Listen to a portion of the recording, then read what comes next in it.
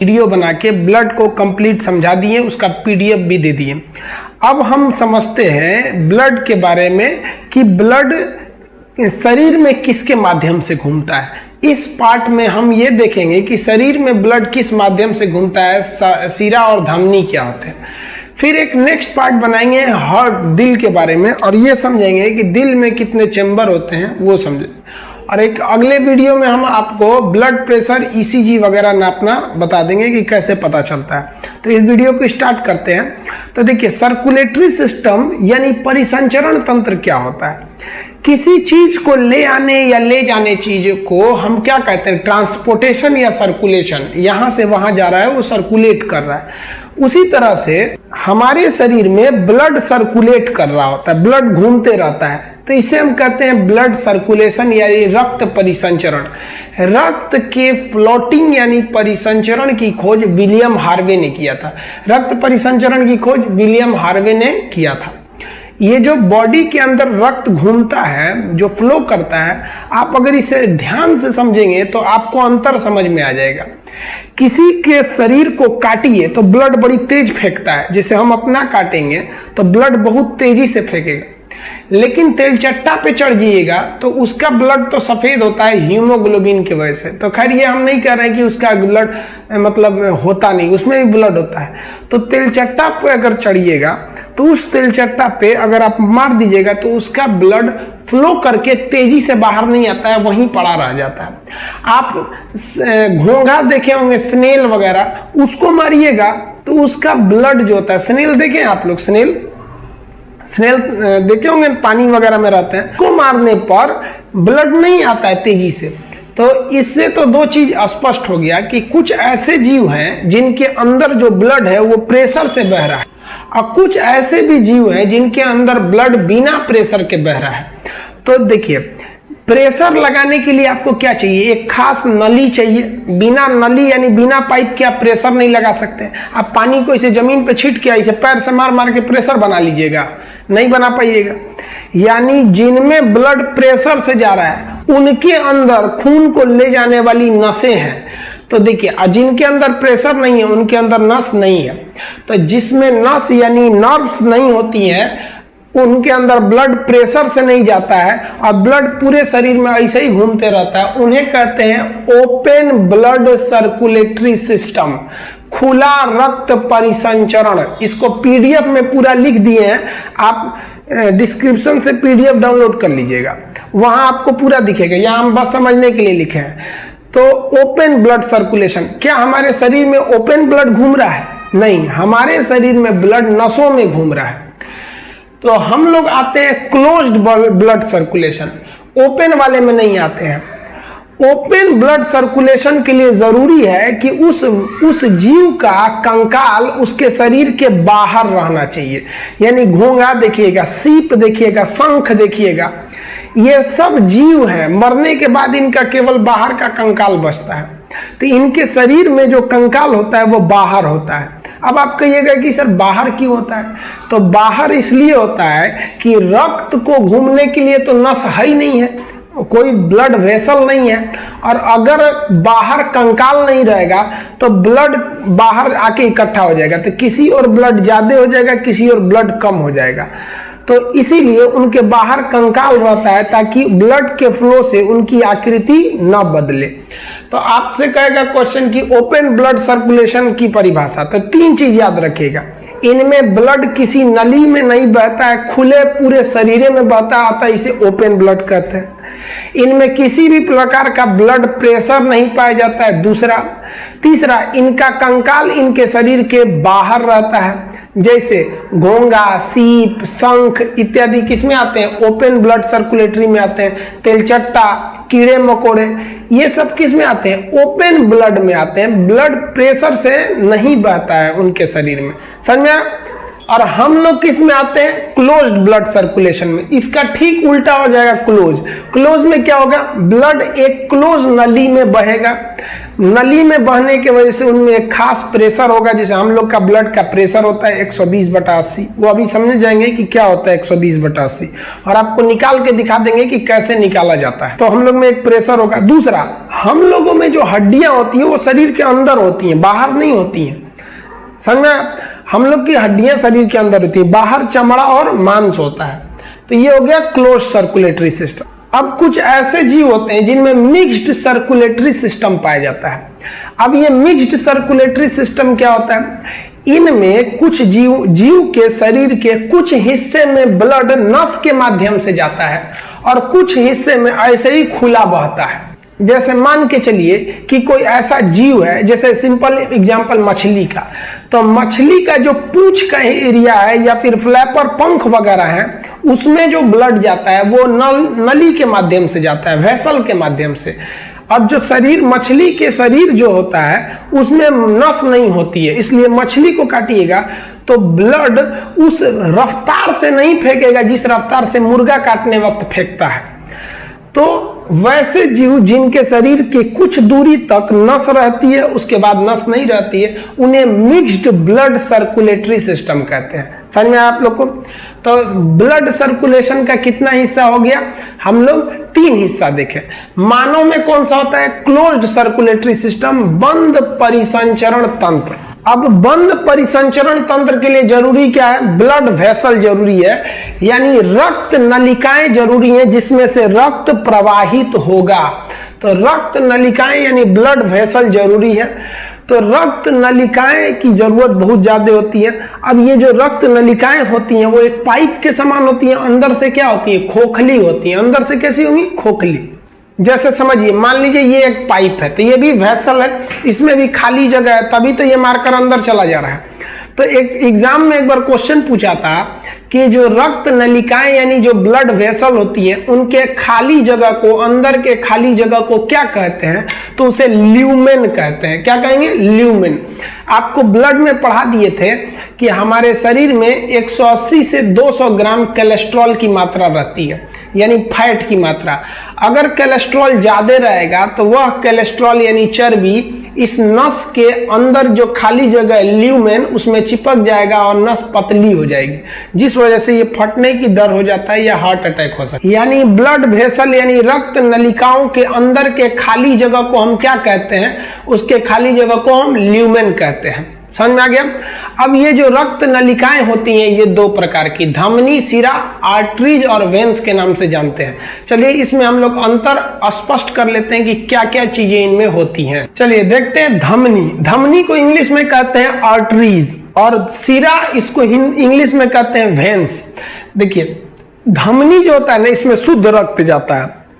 इसको याद करने का एक ट्रिक समझिए। ध से धमनी, ध से धनी लोग, ये केवल एक ट्रिक है। कुछ लड़के आप लोग में ऐसे होते हैं ना कि आपको समझने के लिए कुछ ट्रिक देते हैं ना, तो वो लोग बाबू टॉपिक छोड़ के उसमें चले जाते हैं कि सर ने ऐसा क्यों बोला। अरे भैया, हम आपको समझ में नहीं आ रहा है तो ही तो आप किसी टीचर के पास जाते हैं या समझाने के लिए वीडियो देखते हैं। तो हमारा मकसद है आपको समझाना, तो आप समझने की उस पर ध्यान दीजिएगा। आप मेरे शब्द को पकड़ लेते हैं, कहने लगते हैं सर ऐसा क्यों बोल दिए। अरे भाई हम समझाने के लिए बोल रहे हैं। देखिए ध से होता है धमनी और ध से होता है धनी लोग। धनी लोग थोड़ा शुद्ध दिखते हैं, कपड़ा वपड़ा ठीक ठाक रहता है। समझ में? अभी मत कहिएगा कि सर आप गरीब की बुराई कर रहे हैं। भैया हम समझने के लिए बोल रहे हैं, ऐसा हम किसी का हम बुराई उराई नहीं कर रहे हैं। सब शुद्ध होते हैं, अच्छे होते हैं। अरे भाई गरीब लोग के पास ही ज्यादा दिल होता है, अमीर वाले तो केवल इंसान होते हैं, उनमें इंसानियत कम होती है। अब कोई बुरा मत मानना भाई इस बात का। तो ये जो होता है धमनी, समझिए ध्यान से, तो ध से हो गया धनी, ध से हो गया धमनी। तो धनी लोग थोड़ा शुद्ध दिखते हैं, तो ध से धमनी, ध से धनी, तो उसी से याद रखिएगा शुद्ध। और इंग्लिश में भी ट्रिक है। ए से होता है आर्टरीज, यानी आर्टरीज, ए से ए ग्रेड। ए ग्रेड मतलब अच्छा खून, ए ग्रेड का खून आर्टरीज में, शुद्ध खून, तो शुद्ध या किसे याद रखिए, ध से धनी, तो धमनी में, ये समझ में आ गया। उसी का उल्टा कर दीजिएगा तो ये हो जाएगा, एक ही याद रखिए। अब हम इसमें समझते हैं, तो बच्चा वाला चीज है, आप लोग को याद रहना चाहिए, हमको क्या जरूरत है ट्रिक से समझाने का। पहला समझते हैं, धमनी जो होता है ना, वो ब्लड को हार्ट से लेकर बॉडी की ओर जाता है, हार्ट से बॉडी की ओर जाता है। ये इसकी सबसे मेन परिभाषा है, सबसे बड़ा मेन परिभाषा है कि वैसा नस जो हार्ट से बॉडी की ओर जाए उसको हम कहते हैं धमनी। अब दूसरा चीज देखिए, हार्ट से जब जाता है धमनी किधर, बॉडी की ओर, तो इसमें प्रेशर बहुत ज्यादा रहता है। प्रेशर इतना भयानक रहता है कि इसमें प्रेशर की मात्रा ज्यादा रहती है। वो प्रेशर कितना होता है, 120 मिलीग्राम पारे का होता है प्रेशर, 120 उसको नापिएगा पारे पे। तो प्रेशर उसमें ज्यादा रहता है। अब आप बताइए, प्रेशर ज्यादा है और इस नस को अगर भगवान ऊपर बना देता तो ये तो फाड़ के चमड़ा को निकल जाता, इसलिए भगवान इसे क्या कहता है, बहुत ही गहराई में डालता है। तो शरीर में जो अंदर देखिए, हाथ में जो ऊपर नस दिख रहा है वो धमनी नहीं है, जो अंदर मोटका मोटका दिख रहा है सब ना, वो धमनी है। वो शरीर की ज्यादा गहराई में होते हैं और मोटे होते हैं। मोटा क्यों होता है, क्योंकि भैया प्रेशर ज्यादा है। गहरा क्यों होता है, भैया प्रेशर ज्यादा है। इसमें किसी भी प्रकार का वाल्व नहीं लगाया जाता है। वाल्व उस दरवाजे को कहते हैं जो एक ही ओर खुलता है, दूसरे ओर नहीं खुलता है। जैसे आप हैंडपंप में चलाते होंगे तो पंप में एक वाल्व लगा होता है, नल में पानी नीचे से ऊपर खींच लेता है और वापस जाने नहीं देता है। कभी कभी वही वाल्व घिस जाता है तो पानी वापस चला जाता है। साइकिल में भी एक वाल्व लगा होता है कि हवा इधर से भरिएगा तो भर जाएगा और उधर से आने नहीं देगा। तो इसमें किसी भी प्रकार का वाल्व नहीं होता है। अब आप कहिएगा कि सर ये कैसे, तो देखिए इसमें वाल्व लगाने की जरूरत क्या है, क्योंकि जिस नस में ऐसे हार्ट अगर ब्लड को पंप किया है तो ससुरा अपने हुमच के पंप किया, उनको आने का सवाल पैदा नहीं होता है। तो भगवान वाल्व लगा लगा के वाल्व बर्बाद थोड़े करेगा। तो हार्ट इतना ना हुमच देता है। हुमचने का मतलब समझते हैं, सीबीएसई वाला ध्यान से समझेगा, हुमचने का मतलब है नहीं समझेगा। तो एकदम हराहे कोच देता है एकदम कि जो उधरे रहो, तो पूरा तेजी से ब्लड उधर जाता है, लौटने का सवाल पैदा नहीं होता, इसलिए इसमें वाल्व नहीं होते हैं। ये लाल रंग का होता है, इसमें ब्लड की मात्रा ज्यादा होती है और ये लाल रंग का होता है। समझ में? ये तो पहले बता दिए, इसमें शुद्ध रक्त बहता है। शुद्ध रक्त का मतलब ऐसा नहीं कि खूब साफ होगा, उस रक्त में ऑक्सीजन रहता है, इसीलिए उसे क्या कहते हैं, शुद्ध रक्त। शुद्ध रक्त। अब देखिए कुछ लोग कहते हैं कि सर इसका एक अपवाद है। क्या अपवाद है? फुसफुस धमनी। फुसफुस मतलब होता है फेफड़ा, आपको श्वसन तंत्र में पढ़ा दिए, यानी पल्मोनरी आर्टरीज। पल्मोनरी आर्टरीज, फुसफुस धमनी को क्या कहते हैं, पल्मोनरी आर्टरीज। आप कहिएगा सर इसका एक अपवाद है। फुसफुस धमनी, ये तो धमनी है, धमनी में शुद्ध जाना चाहिए, लेकिन फुसफुस धमनी में अशुद्ध। अशुद्ध मतलब बिना ऑक्सीजन वाला ब्लड जाता है। तो मेरे भैया ये अपवाद नहीं है, ये आपके कंसेप्ट की कमी है। देखिए हम आपको धमनी की मुख्य परिभाषा क्या बताए हैं, वह नस जो हार्ट से बॉडी के किसी पार्ट की ओर जाए। अब एक बात बताइए, हार्ट में जब ब्लड आता है तो वो पंप करने से पहले उस ब्लड को फेफड़ा को देता है कि रे रे भैया रे, इनमें ऑक्सीजन मिला, ऑक्सीजन मिला। अब मिलाने के बाद तुम वापस दे, तब हम इसको पूरे शरीर में भेजेंगे। तब एक बात बताइए, हार्ट क्या डायरेक्ट बॉडी को देता है? नहीं, पहले वो फेफड़ा को देता है। फेफड़ा को क्या करता है? देता है। तब आप खुद सोचिए, हार्ट जिस नस के माध्यम से फेफड़ा को देगा, यानी हार्ट से वो कहां जा रहा है, फेफड़ा की ओर, तो हार्ट से बॉडी की ओर जा रहा है, तो वो तो धमनी है। और वो धमनी है और वो किस लिए जा रहा है, ऑक्सीजन ले आने जा रहा है, यानी उसमें ऑक्सीजन नहीं है, इसका मतलब अशुद्ध है। तो वो तो अशुद्ध होगा ही होगा, क्योंकि वो तो ले आने जा रहा है। तो आप केवल शब्द को पकड़ते हैं कि सर धमनी है, इसमें अशुद्ध क्यों है। कंसेप्ट से समझेंगे तो ये अपवाद नहीं, ये कंसेप्ट है। समझ में आया? तो अमूमन धमनी में कैसा खून जाता है? शुद्ध। शुद्ध का मतलब उसमें ऑक्सीजन मिला हुआ रहता है। लेकिन फेफड़ा वाली धमनी में हार्ट जो भेजता है वो ऑक्सीजन में ले आने के लिए भेजा होता है। अतः फेफड़ा वाली धमनी, पल्मोनरी आर्टरीज यानी फुसफुस धमनी में क्या रहता है? वो धमनी है किंतु उसमें अशुद्ध रक्त बहता है। ये आप धमनी की परिभाषा समझ गए होंगे। धमनी में वाल्व क्यों नहीं होता है? क्योंकि इतना ना हुमच के फेंके रहता है कि वापस आने का सवाल पैदा नहीं होता है। तो ये धमनी समझ में आ गया होगा आपको। अब हम समझते हैं सिरा के बारे में।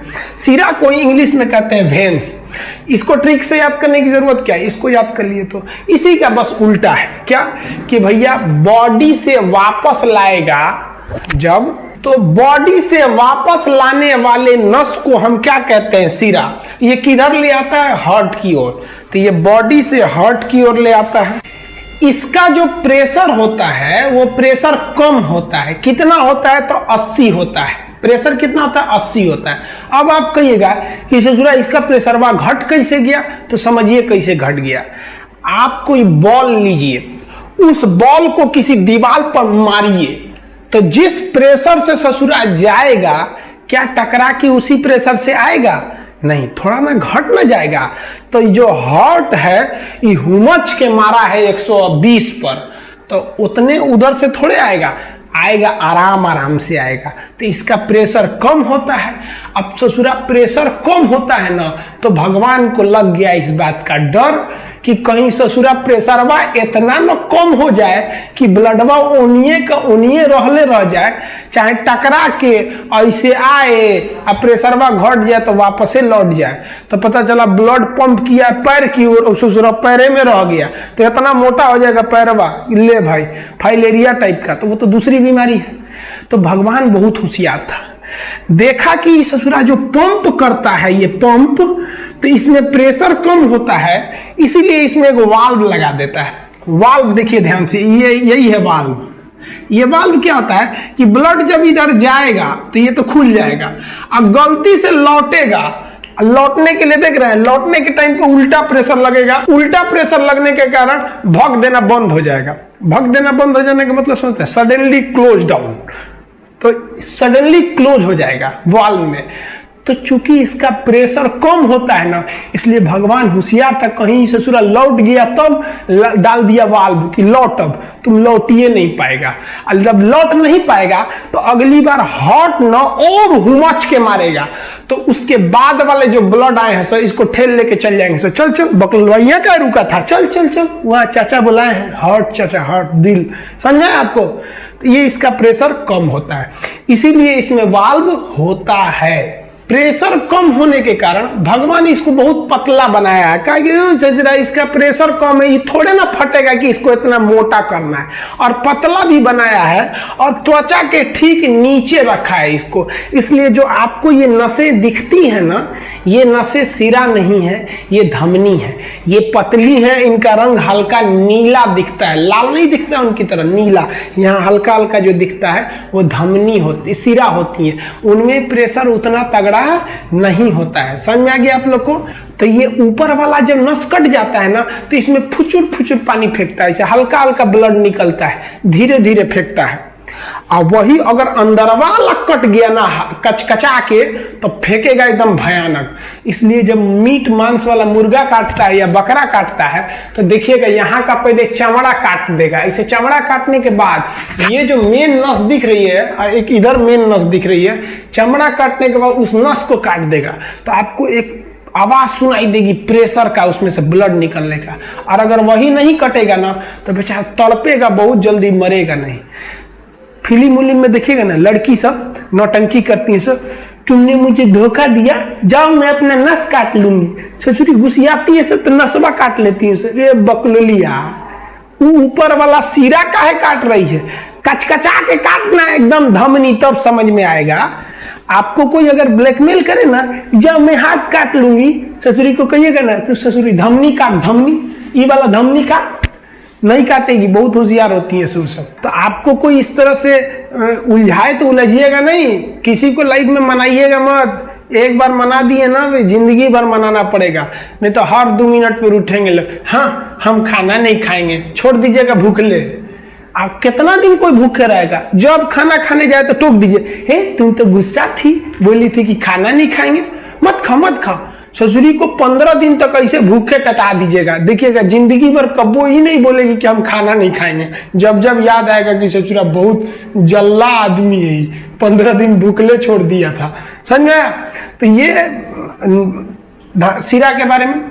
अब देखिए, सिरा में अशुद्ध रक्त जाता है। अशुद्ध का मतलब ये जो ब्लड गया था वो तो ऑक्सीजन बांट के चला गया, अब वापस आ रहा है तो इसमें ऑक्सीजन नहीं है, इसमें क्या चीज है? CO2 है। अशुद्ध रक्त में क्या हो जाता है? CO2 होता है, तो वापस लाता है। तो जितने भी सिरा है उसमें अशुद्ध रक्त जाता है। कौन सा रक्त? अशुद्ध रक्त।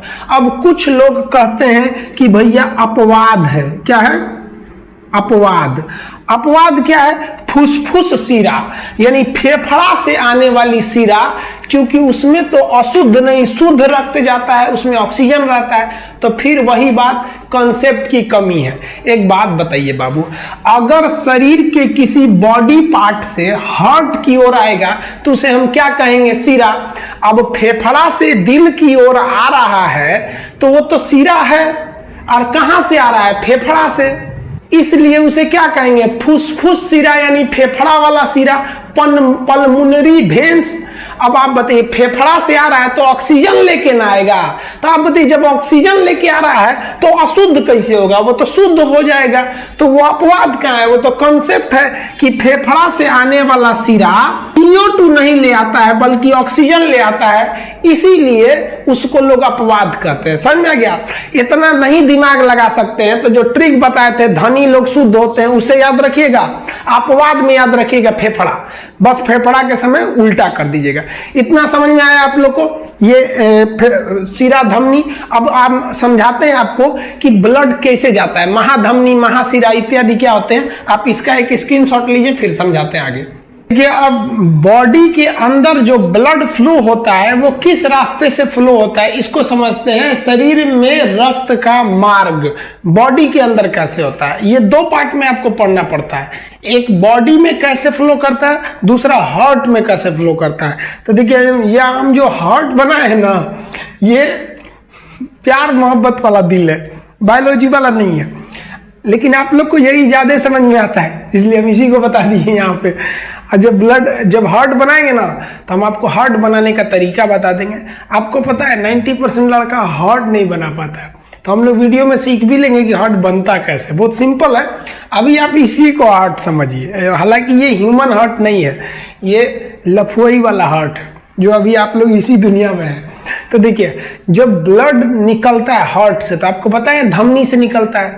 तो कोई भी चीज का एक साइज होता है, आप सुने भी होंगे, कोई भी चीज का छोटा, मीडियम, बहुत बड़ा, है कि नहीं है? बहुत बड़ा होता है, फिर मीडियम होता है, फिर छोटा हो जाता है कोई भी चीज। तो यहाँ पे देखिए ना, धमनी में महाधमनी, धमनी, छोटी धमनी, देख रहे हैं, एक सीक्वेंस में छोटा हो रहा है।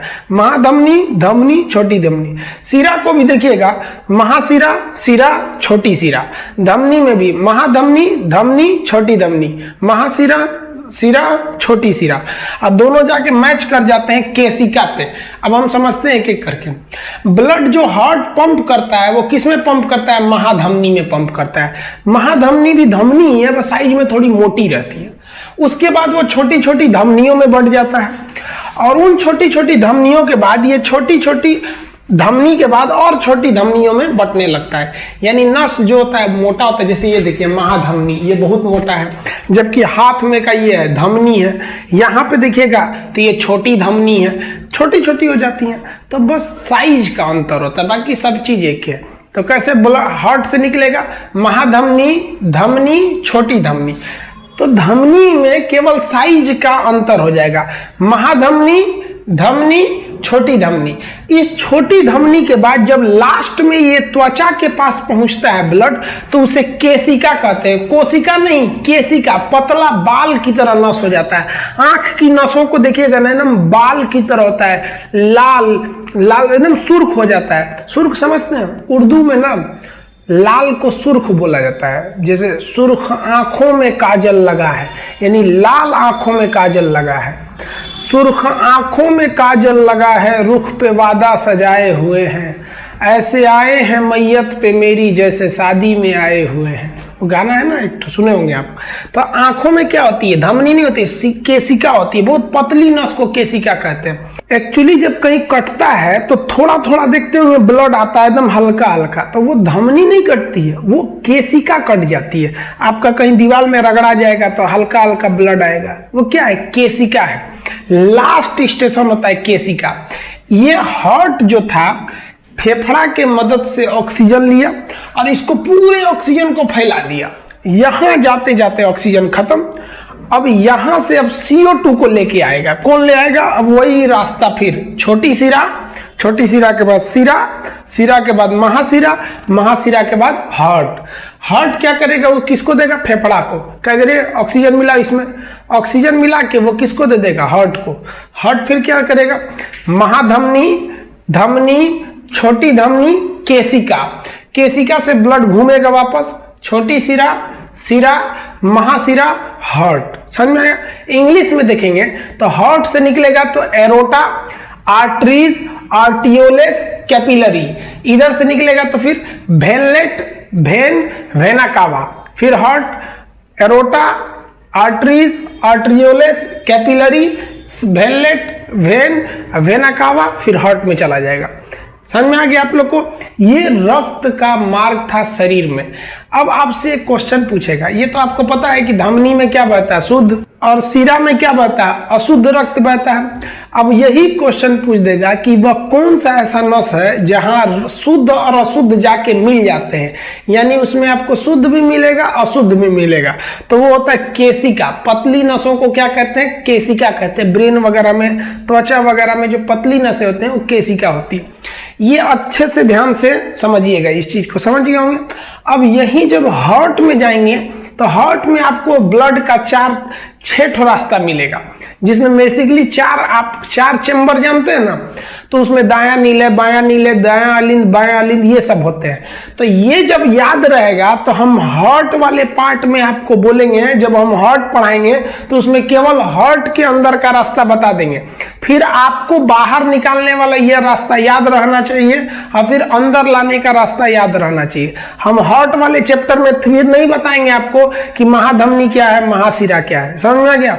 अब देखिए, ये जो ब्लड फ्लो हो रहा है, इस ब्लड के फ्लो होने से हमारे शरीर में टेम्परेचर बना रहेगा, क्योंकि ऐसे कोई भी चीज को ऐसे रगड़िएगा, फ्लो कराइएगा, गति कराइएगा तो उसमें ऊष्मा उत्पन्न होती है, तो हमारा शरीर गर्म रहता है। तो इस आधार पर जीवों को 2 भाग में बांटते हैं, समतापी जीव और विषमतापी जीव। Cold blooded animal and hot blooded animal. आप इसका स्क्रीनशॉट लीजिए, फिर हम समतापी विषमतापी को नेक्स्ट वीडियो में बताएंगे, नहीं तो ये वीडियो बहुत लंबा हो जाएगा। फिर हार्ट के बारे में भी बताएंगे अगले वीडियो में।